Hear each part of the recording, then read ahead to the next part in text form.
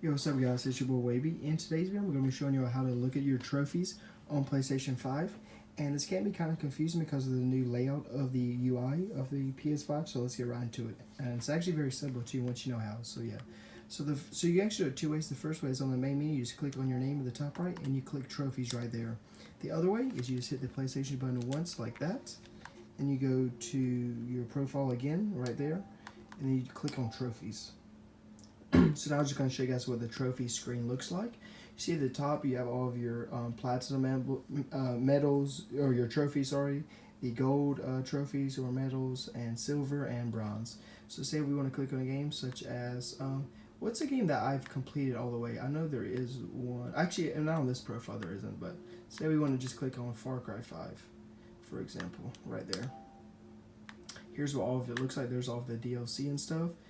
If you click on the main game, you can see all of your trophies, and they actually changed a little bit, so you can now sort by game default, grade, earn date, and rarity. And now you can see all of your trophies. And if you click X on one, it pulls up a side message where you can see more about the trophy, like that. So that's actually pretty cool that they did add that. So yeah, hopefully y'all enjoy this video, and I'm out. Peace.